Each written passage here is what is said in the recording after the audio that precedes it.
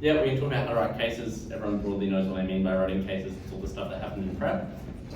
Broadly, I think this is actually the most important thing in debating. It's very rare that the team that has the best case doesn't win. And yeah, third speakers and stuff can change it later on, but generally speaking, you know who's going to win from the beginning. And it is just like the thing that separates often the good teams from the really good teams. It's just there'll be a bunch of persuasive speakers on every team, but the team that runs the best case is the most likely to win. The thing I'll note is that there's a lot of different ways of running cases. I write cases in a super formulaic way, like I do the same steps in every single debate. Lots of people who are a lot smarter than me have really different ways of writing cases, and they kind of do it free form and figure it out. I'm not good enough to do that, so I have a really simple way of doing it, but you'll find your own way of doing it. Next thing to note before we get into it is ask questions whenever you want. You can literally yell at me and interrupt. This is not very formal at all. If you have any questions at any point, you can stop and ask. I'm actually going to front load this with the stuff that usually goes at the back of these presentations, because I think it's actually the most useful stuff and often gets lost, and no one's probably going to remember any of this. So if there's stuff that you should take away, starting with that. First, how do you improve case writing on your own, outside of what I'm about to say here? Obviously, just do more debating is good. Secondly, read more, but once you've done a sufficient amount of debating, you can start reading with the understanding that there are things in that reading that can help you with debating. You'll notice things that are a mechanism that can be used in debate. Watching debates is a really great way to get better at case writing. So most of last year when I was grinding for Worlds, I barely gave any speeches to practice. Almost all of my practice was case writing. And what I did was that I made myself a big list of debates with really big dog teams in them. I wrote the case for their side of the debate, then watched them give it and figured out what they did better than me, and then wrote down what each of the mistakes were. I actually think the most valuable way to get better at case writing is the thing that doesn't take any additional effort on top of what you're already doing, which is hopefully going to meetings, doing debates, is after you go to debates and do them, figure out what you did wrong. What were the mistakes in this case, either the reason that you lost, or if you won, what was the most plausible way that the opposition could have won the debate, or what is the plausible read that did exist in this debate for the opposition winning the debate, and figure out how you could have insulated against that. So my question is here, this relies on you making mistakes in debates. The best debaters in the world, some of them are currently in Australia, guys like Uday, in what percentage of debates do you reckon those guys make mistakes in the cases? That's not a rhetorical question, I want you to... 100%. Yes, that is correct. Everyone always screws up. It's true. Uday Kamath is plausibly in the top couple of debaters in the world at the moment. I've never watched him in a debate not make a mistake. I've never watched him do a whole debate without screwing up in one way or another. So you can always figure out ways that you screwed up. Next thing, general case writing tips. This is sort of not mechanistically how you go through and do the process of writing a case, but this is just stuff that I think is really, really helpful once you're there already.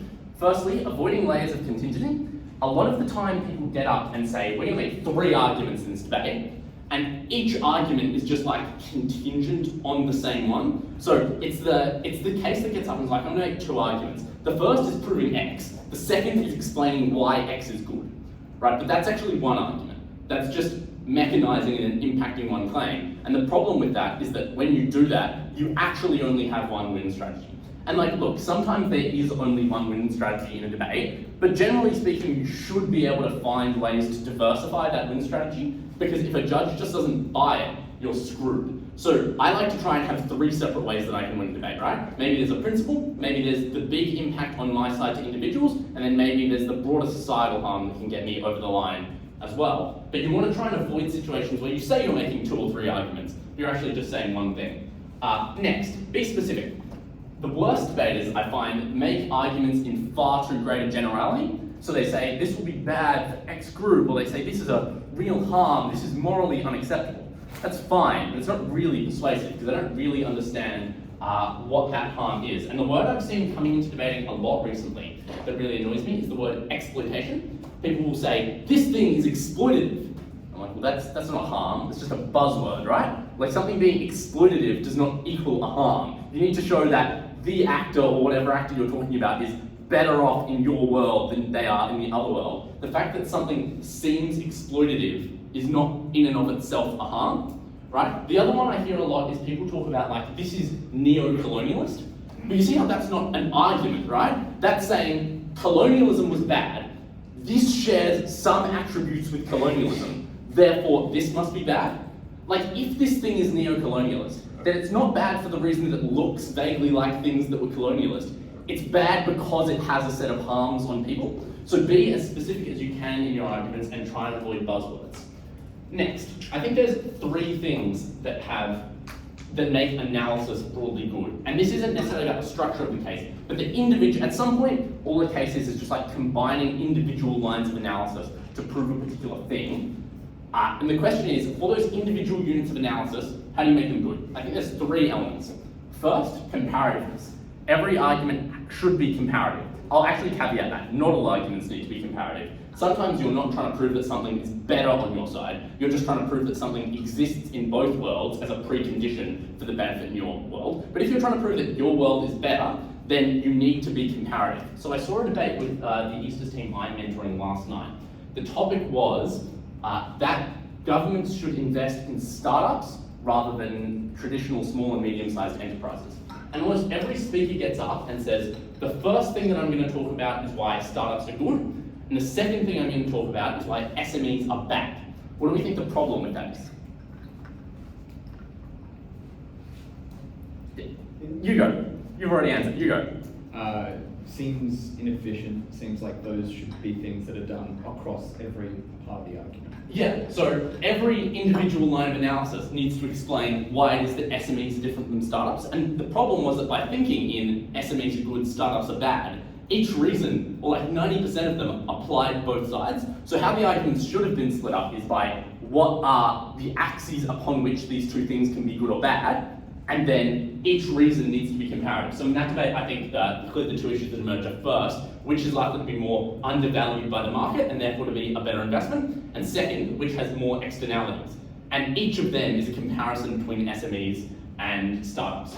Next, this is called ARMOR. I think this is a stupid name for it, but other people seem to like it, which is just like, figure out what the obvious response to this argument is and preemptively explain why it's not true. Sometimes you need to say, they might say X, but that's not true because of Y. But I think that's a really inelegant and unpersuasive way of saying it. I think the better way is just to preemptively explain the thing that defeats their rebuttal without necessarily saying, this would be the rebuttal, this is the response. Finally, I think that grounding in the real world and what this actually looks like makes sense. And this is a way to avoid the buzzword problem, because if you're saying exploitation, you need to figure out what the actual harm attached to that is.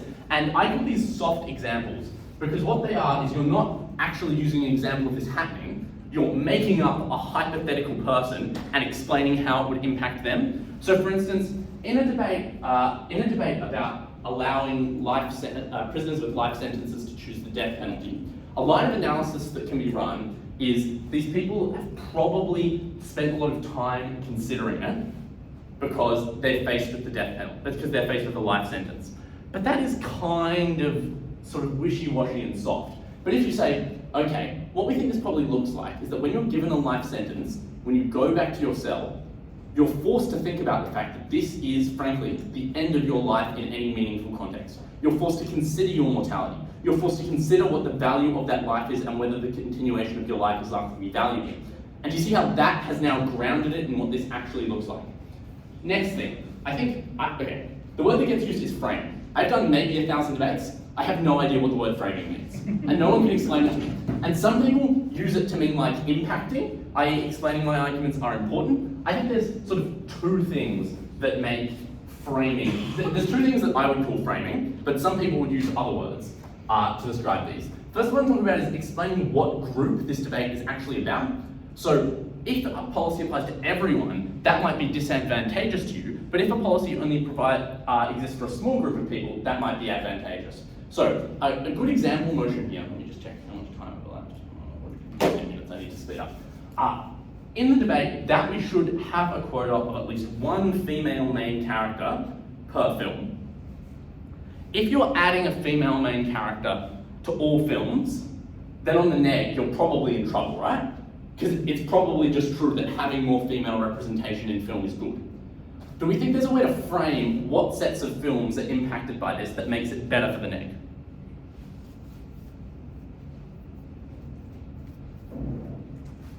Yeah. Films that wouldn't otherwise have. Yeah. So we're actually only talking about a very small amount of films here. We're talking about the films that currently have 0 female main characters, right? And then you can characterize what those films are likely to look at. Well, they're likely to look like films that are written traditionally around masculine ideas. They're likely to be films written for male audiences. They're likely to be films made with things like men as directors and in the writing room. And that comparative changes it. Because if all films are adding female characters, maybe that's a benefit. But if you're now asking female characters to be added into films where the majority of the infrastructure around them exists to serve men, then you can argue that those depictions are likely to be bad, right? So framing what groups of people are actually affected by this is often helpful for your side. Second thing I would call framing is talking about what you need to prove in this instance in order to get your benefit. So a good example is when you're running consent arguments, right? People will argue they can consent to some degree, right? But you can also make an argument about to what degree is consent required, because if the harm is really large, then we probably require a high bar of consent. And if you're trying to prove people can't consent, that's a helpful thing for you to point out. But if the harm is very small, you probably require a small degree of consent. And if you're trying to prove that people can consent, that's a helpful thing for you to point out.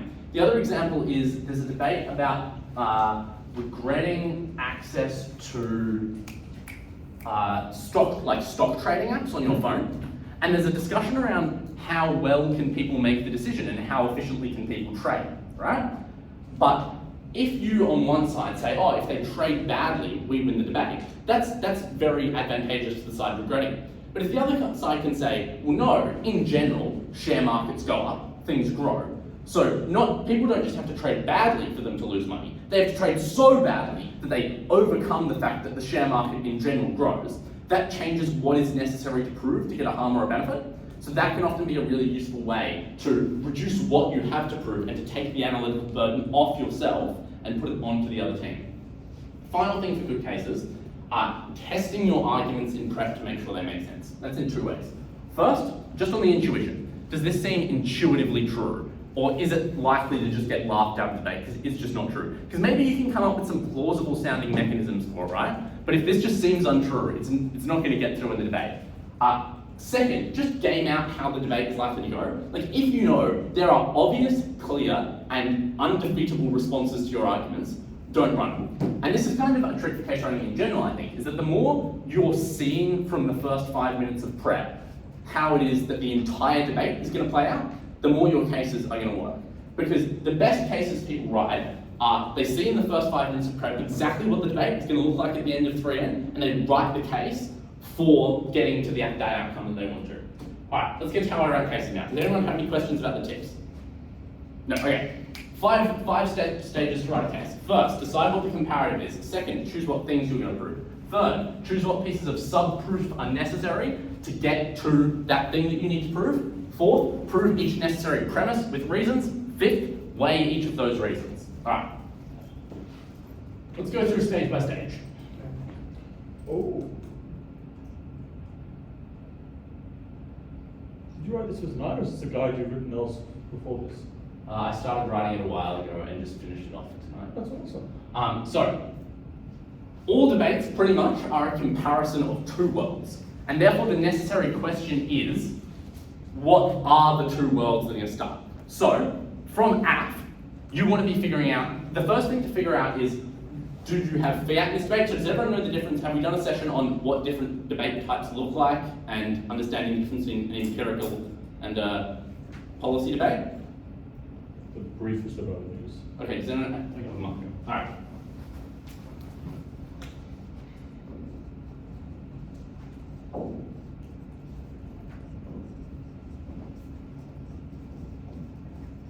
Alright.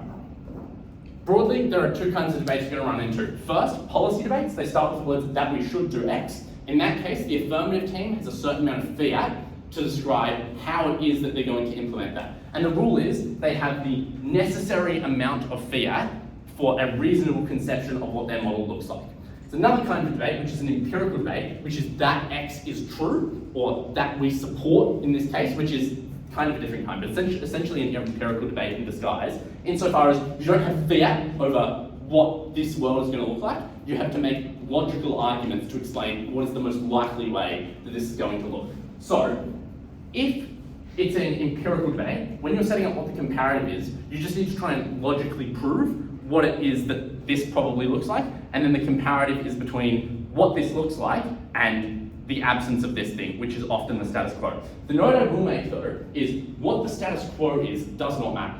So if the debate is that we should do X, right, and Ned gets up and says, oh, but F's model doesn't work because X is already the status quo in this particular jurisdiction, it doesn't matter. No side has to support the status quo or has to support not the status quo. One side just supports the motion, the other side supports not the motion, and if the motion is the status quo, then it's fine for that to just be what the debate is.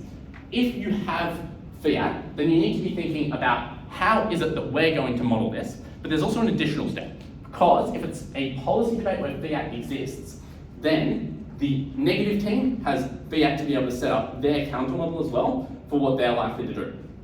So in prep, you need to be thinking about from the app, how are we going to model this, and what is the likely counter model that they're going to run. So the most common example of this is in a ban debate.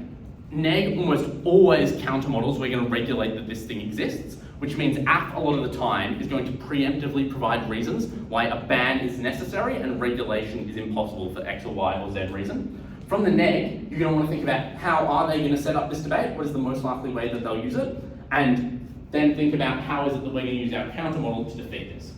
So, AF team setup. Modeling. First, you don't always need to model, ignore pointless details. A good way to do this is often to outsource your modeling. So, if it's true that this system already exists elsewhere, just copy that model, like the NHS. It's a very good example of where you could just copy for healthcare funding while saying, we fund it and we'll make it better, etc. I think one of the big things in modeling is that you want to prevent abuse, right? If it is true that this model that you're implementing could possibly be abused, regulate the hell out of it, right? Like, we're going to make sure you have to get checked by 17 psychologists and affirm that you want to do it 16 times in writing and twice verbally, and we're going to have a 30-year waiting period. Obviously not quite that intense, but you should really just try and regulate every single choice to prevent abuse existing. The other way that you can use modeling is to model out things that they might say. So for instance, there's lots of arguments that the negative team in debates could make about, this would be enforced in a really racist or sexist way, and if you're happy to just model in sense of affirmative action, you can essentially model out claims that they could make about the bad ways in which it would be happening.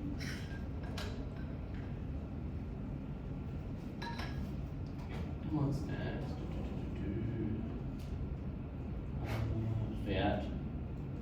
You should also try and define things in setup. I'll note the affirmative team has reasonable definitional fiat to set up what this debate is about, but most debates it's not unclear what it's about, so that hopefully won't be an issue, and adjectives tend to try and write debates where it's not unclear what the definitions are.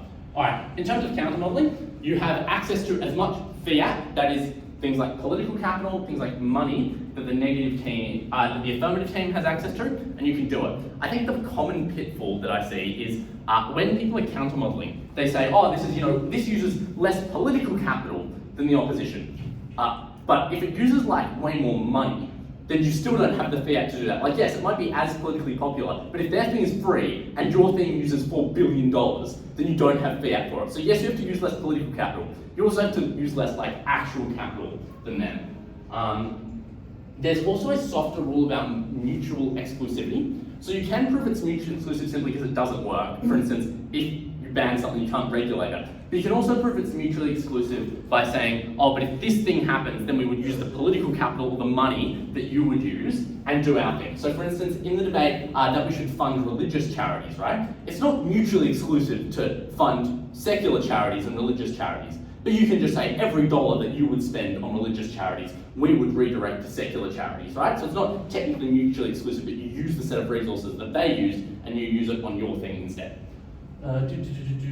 Yeah, so basically, what you want to be doing with the comparative is the entire debate needs to be about the comparative, and the thing I see people do a lot is they say, so there's a comparative, there's a counter model in this debate, and then they provide a set of reasons why their thing is good, and then provide 2 reasons at the end why their thing is better than the alternative. But the problem is the first 5 reasons were useless, right? If you're just proving that your thing is good without comparing it to the other world, then it's a totally useless piece of analysis. Every piece of analysis that actually matters needs to be comparative to the 2 steps. So, In terms of setup, the other thing is setup should usually be example heavy. You want to be using as many examples as you can, and I tend to like the format of, we are talking about X thing, that would be what we support, we're not talking about Y thing. We are talking about X thing, we're not talking about Y thing. And if you provide 2 examples of what you do support, 2 examples of what you don't support, as well as obviously logically describing the things that you stand for, that can kind of clear up what it means, because it's, assuming they're accessible examples, that can clean up disagreements that happen around what it's about. All right, so selecting what arguments to make. This is essentially, hey Jez, this is like the bulk of what you're going to get good at over time, which is figuring out what are the things we need to run. And the place that you want to get to is where you see a topic and you instantly see what are the 2 or 3 arguments on either side. And that just comes from doing probably more debating than you should do. But it's good fun, so you should do a lot of it. And eventually, like, all topics are the same. I don't know what they are, but there's someone who has this theory that like there's actually only about 15 different debates, and they all just have different contexts, but the same arguments overlap. So you want to, there's 6 kinds of debates. There's more debates than that. But there's not that many debates. So you get to see all of them, and you'll eventually just get to understand what those arguments are. So here's a kind of non-exhaustive list of the kind of arguments that you can make. Most of these are relatively obvious. I want to talk about last a little bit. First, there's sometimes arguments that X thing will not cause the obvious negative outcome that the other team is going to argue that it will. In general, I don't like running these. The way that I generally try and run them is to pretend that I'm actually arguing this will be good for that metric. So if the obvious harm is like, this is going to harm the economy, I won't run a point that's like, this is not bad for the economy. I'll run a point that argues this is good for the economy, knowing that I'm going to end up losing this issue at the end of the debate, like, be realistic. But at least if I have some positive reasons going forward, then that can kind of help to counterbalance it out and make the debate closer. But sometimes that is not possible. Sometimes it's just really obvious that this thing is going to accrue this harm. Just cop the trade-off, explain why the harm won't be large, and then explain why the harm is less important using a bunch of weighing metrics, which we'll talk about later. The second thing, and I'm really bad at this, is sometimes there's just points on the board arguments in debates that you need to get to that aren't particularly contestable, and sometimes aren't even that large, but are quite certain and definite on your side. So in the debate about whether or not you should have free university, right, the thing that happens a lot is teams all get caught up in the what's a better way of funding, what's a fairer way of funding, into the really sort of analytically dense and contested parts of the debate. But there's a big obvious benefit on that, right, which is just like people don't have debt and that is good. And that's just a really clear benefit. So you often want to do these quickly, but you want to put them first, because if you have a really obvious points on the board argument at the beginning, then that means you can already be a long way ahead. Another example is that universities should be run by staff. Like, there's lots of discussions around who would run it better, who has the right to, etc., etc., etc. But one side just has staff get treated better. And that's a certain and quite important benefit. So if you just lead with that, you're already ahead. And particularly if you have actors who become unsure or sort of don't want to wade through the mechanistically dense bit of the debate to figure out who won that, if you have a really obvious win on the board, then that goes a long way to getting you up. There's a bunch of common argument splits as well. I won't read through them, but there's a bunch of common ways that they happen. Clear trade-off between 2 things in the debate. You try and win both. You weigh your one as more important. This is particularly interesting, so I won't read through it. You can have a look up on the board if you like right now. You want to pick about 3 things that you're going to want to prove in each debate. You can do 4 things, but it's incredibly difficult. You can do 2 things, but that tends to be quite narrow. My general rule is you'd want to have at least 2 positive ways of winning the debate. So, not like defensive arguments, you want to have at least 2 arguments that are realistic paths to you in the debate. That's not always possible, but it is ideal. The next step then is figuring out within each argument what are the necessary steps of proof to be able to prove that this argument is true. Because there are often multiple things that need to be true for the overall argument to be true. So there's sort of 2 fundamental aspects to an argument. It's like some mechanisms, which are some reasons why this is true, and some impacts, some reasons why this is important. But you can also split it up more than that. So there's a bunch of common types of these. You'll just see these more in debates. That an actor will do something. This is like something that debating used to get wrong about 2 years ago, and is now very close to cliche because people say it so much. If an actor is going to do something, you need to prove first that that actor has the incentive to do that thing, and second, that that actor has the capacity to do that thing. And if you don't, really smarmy debaters on the other team will get up and be like, well, they prove they have the incentive, but they never prove they have the capacity. Get owned, like it's some kind of incredible line. But it is important, it's two important things that you think about proving. One that often gets missed is if you can prove that this thing would stop a bad impact from happening, you first need to prove that that impact would have happened in the counterfactual, because otherwise they can just get up and be like, yeah, we agree, this would stop this thing, but this thing was never a realistic possibility in the first instance, so that is not a comparative harm in the debate. Another thing you often have is you have a sub-premise that explains why this harm is exclusive to your side. You can also have what I call like scale or deepening premises, which explain not why a thing is true, but explain why a thing is particularly likely to be really bad in this instance. And where I find these to be the most useful is in arguments that are super, super obvious, like things that don't take a lot of time to actually explain. But the problem with that is sometimes there are large arguments that are important, but are incredibly simplistic to explain. So you spend about 20 seconds explaining them, and judges are like, oh, it was 20 seconds. It was under-explained. It's like, well, what more do I have to do?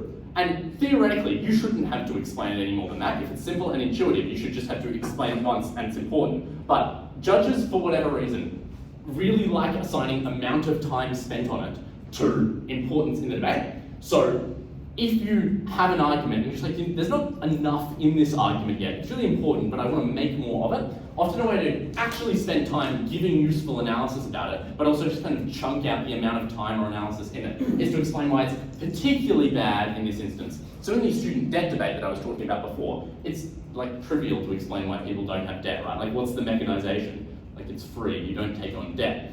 But you need to talk about it for longer because you want to make it important. So you explain a series of reasons why this debt is likely to be particularly bad. Things like the fact that people haven't consented to it particularly well. Things like the fact that people take it on at a time of life where they're most likely to be susceptible to their lives being ruined by debt because they're trying to also, right after their degrees, do things like get into the property market, which isn't really necessary. It doesn't like marginally make the harm larger. It's not actually strictly logically necessary to claim the harm, but it is useful for spending more time talking about it so that judges who really value the amount of time that is spent will credit that argument. A couple of examples of what this looks like. So if you're trying to prove, so this is the debate about regretting retail investment. If you're trying to prove that retail investment makes the stock market more moral, then there's two necessary premises for that. The first thing is that investors can influence the morality of particular companies. And the second thing that you need to prove is retail investors are more moral than institutional investors, and then you impact them. A bunch of other examples, I won't go through each of them, blah, blah, blah. You can read that if you want, I don't want to go through every single example. So yeah, figure out what are the necessary steps of proof that you need to get to in order to prove that this argument is true. Prove each one of them. And that's the next thing. Once we figured out all of the things we need to prove, we then just generate a bunch of reasons why X thing is true. And this is essentially the whole game of debate, right? We're just like making up reasons that seem true to prove things that we need to. And this is incredibly hard to teach. I don't really have any like theory on how to do it. You watch more debates, you learn more things, you get better at generating mechanisms, and you begin to generate a bunch of reasons for why things are true. You'll often just be able to copy reasons from previous debates that you've done, copy reasons from previous debates that you've seen other people do, or that have been used against you. A lot of the reasons for a thing should intuitively come to you when it is that you think of that argument. Like generally, if you've thought of an argument, you've thought of at least one reason for that thing to be true, otherwise you wouldn't be thinking of that argument. But you should try and chonk it out a little bit. Sometimes things are so trivial that you don't need to. But try and come up with as many reasons as you can for things in general. The question is then you have a limited amount of time in your speech and in prep to come up with reasons for things. So where should you assign your time? And I think you want to assign your time to generating reasons for the least intuitive premises. So if things are just obviously true, you don't need a lot of reasons for that. But if it's the part of the debate where it's the most likely to be contested, then that's where you spend your time generating the lists of reasons, because that's the thing that you need to stop them from being able to rebut and disprove at the end of the debate. There's also, you can sometimes use like empirical reasoning to suggest that a thing is true. This should never be the only reason that you're providing, but often the first reason can be, we would just point to X and Y and Z thing that show that this is true. So for instance, in the debate that I saw last night, the one about SMEs, there's a conversation about whether or not there's other sources of capital for startup companies. And the first reason that 2A gives is we will point empirically to the enormous amount of things like venture capital funds that exist to fund startups. And there's no logical reasoning behind that, right? But if it's like, if venture capital firms are a thing that is known to the average reasonable person, then that piece of empirical reasoning is helpful in proving that your thing is true. All right. Finally then, we're going to weigh the things that we've just proved. So, you are vaguely familiar with what weighing is in general, taking an argument, explaining why it's more or less important. So, broadly, you're going to want to try and provide a bunch of analytical metrics of why yours is more important. The thing that I want to flag at the beginning is, first of all, for a lot of judges, just saying this is the most important thing in the debate will work as a set of weighing. To be clear, you shouldn't do that, but if that's all you've got, sometimes it kind of works. Second, you can just kind of give some rhetoric, use lots of words like, this is abhorrent, or this is, like other words that mean really bad things, and they'll kind of buy it if you just give some rhetoric. But that is better than not giving rhetoric, that is better than doing nothing. But if you can, try and come up with a bunch of analytical reasons for the things. There are a bunch of different analytical weighing metrics to use. These are kind of the most common 6. So first, just what is the size of the impact? How much does this marginally impact each individual who experiences it? I'll note though, each weighing metric needs to be comparative between two things. So you can't say, this is a large impact, because that doesn't explain like the other thing that you're trying to de-weigh isn't a large impact. But if you say, our impact is people die, their impact is people get poorer, clearly the size of impact is much more important on our side. That works. But if you say our impact is people die, you can't necessarily say that's the most important if you haven't said what the other sets of impacts are.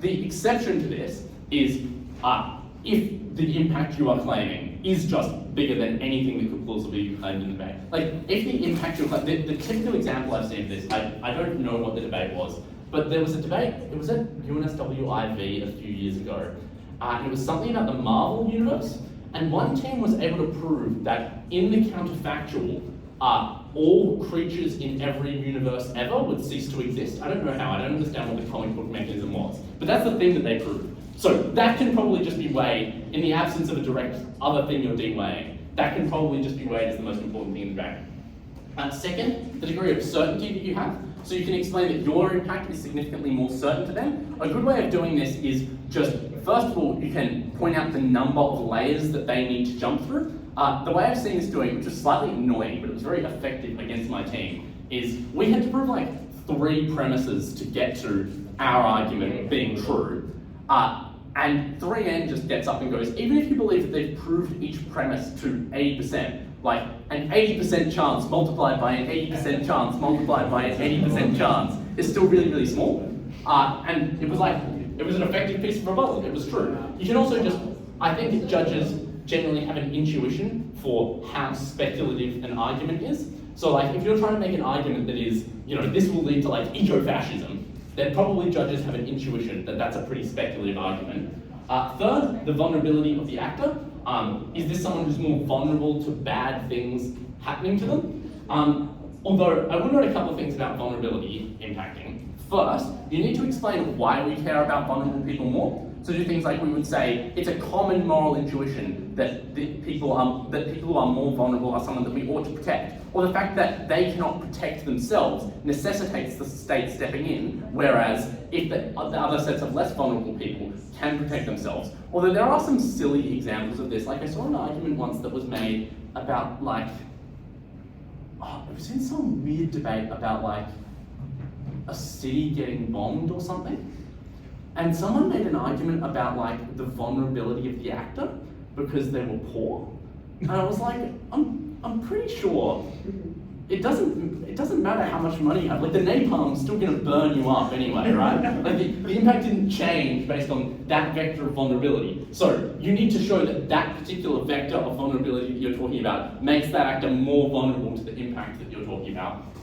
Fourth, the number of people that it affects, which is really obvious, but is actually just really, really important. Like if this affects 9 times as many people as their thing does, it's really important. I once used this piece of weighing and someone told me it was high school weighing in the debate, which maybe is true, but something being simplistic and obvious doesn't make it a bad or untrue argument. The other one that gets thrown around a lot is people say this is generic analysis, which I also don't understand, because the fact that something is generic and has been made before isn't a reason to suggest it's untrue. Probably a reason to believe that that argument is actually more true, because if it's been an argument that's been made before and we generally agree is true, it seems like that is something that you should believe more so.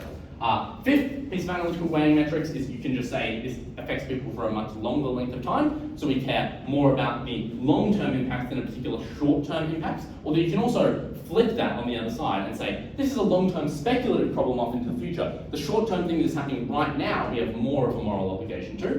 And the sixth thing is you can say we have a principled duty to stop this particular thing. So have you guys talked about principles before? Okay, do you know what the distinction is between contingent and non-contingent principles? So it's like a non-contingent principle explains that this is principally bad, regardless of what happens. A contingent principle explains that this is bad, that this particular thing that we've proved is bad is a harm that we have a principled duty to. I have not, I think ever once, at least deliberately, run a contingent principle. If your principle is contingent, don't run it as a principle. Just prove the thing that is the necessary prerequisite of that first, and then explain why we have a principled duty to that thing, because otherwise it's kind of useless, right? You just use the principled impact and don't run it as a principle out the front before you prove the necessary step of logic on which that principle is contingent. Those are kind of the standard weighing metrics that get used, but there's some other sort of weighing metrics that I've seen as well that I think are quite cool. The first is how exclusive is this benefit? So if you explain that there's other ways of achieving whatever X benefit exists on their side, but this is the only way of achieving the benefit that exists on our side, you can suggest that yours is more important. Second, the amount of contestedness in an issue, which I actually think is a kind of a weird and not that great weighing metric, because people will often be like, oh, but this issue was super contested with reasons going both ways, so you should be unsure what to believe. But our issue isn't contested. But then if the judge actually evaluates each of the mechanisms in there, each of the things that one team said were crap, so that issue wasn't actually contested. This should just be a piece of weighing that explains that this issue is closer because there are reasons going both ways, and therefore the size of the impact is smaller. But you can run this issue is contested, you might be unsure what to believe, which particularly if judges aren't willing to pick through each little mechanism and evaluate them against each other and the pieces of rebuttal that were given to them, can be a persuasive weighing metric.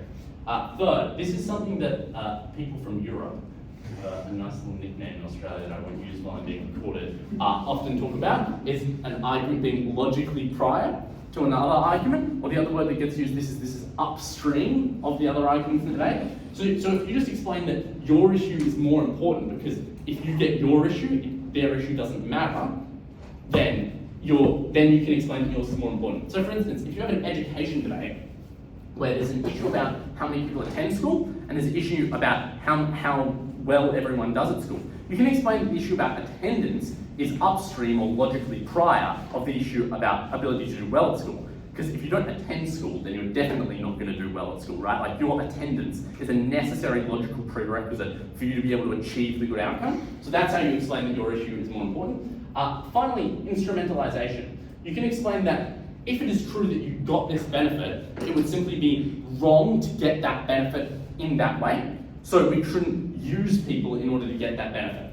So an example of this is I saw a debate that was about whether new students at university should join liberal or conservative student societies. And one of the teams explains that the biggest issue in this debate should be how this affects the student. Because even if it's true that joining liberal or conservative societies has a net good or not net bad effect on politics in general, it would be principally wrong to get that net effect on politics by instrumentalizing that student and their well-being in order to get it. So we should care more about the students because it's principally wrong to instrumentalize that student. So, let's recap. 5 stages of writing a case. First, deciding what the comparative is. Each argument needs to be comparative. If there's an argument that's not comparative and is just proving something on your side, cut that because it's unimportant. Just include the reasons that you're explaining that this is better on your comparative. Second, choose what things you're going to prove. Third, choose what pieces of proof are necessary for that thing to be true. Fourth, prove each thing that you need to prove with a list of reasons why that's true. And fifth, weigh each of the contributions. I want to make a brief note on weighing, which is when do you do the weighing? If you're 100% certain about the fact that you're going to win an issue, and you're 100% certain that your weighing is true, then just weigh it from first speaker, right? Because you can just say, oh, this will be the most important. However, sometimes you don't know which issue is going to fall which way because all the issues are contested, in which case you should either plan and prep the weighing, but then just apply the set of weighing that you need. So you can say, if we're up on X issue, we'll weigh it in this way. If we're up on Y issue, we'll weigh it in this way. And you can even do that in prep, or you can leave it to the particular third speaker to do that way. Or there's also cases, and this is like a bit evil, but sometimes you might want to kind of hide your weighing a little bit if you think your weighing's a little bit more sus.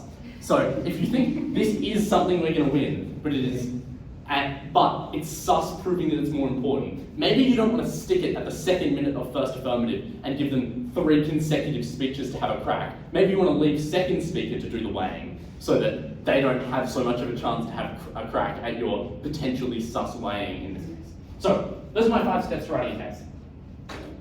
Rob, do you want me to end early or do you want me to go through anything? Up to you. My plan was 6:30. Okay, in that case, let's go through anything. How do I make this go? Just send it to doc cam or something. What? Send it to doc cam, and then we'll change the screen to the doc cam. Understand the buttons.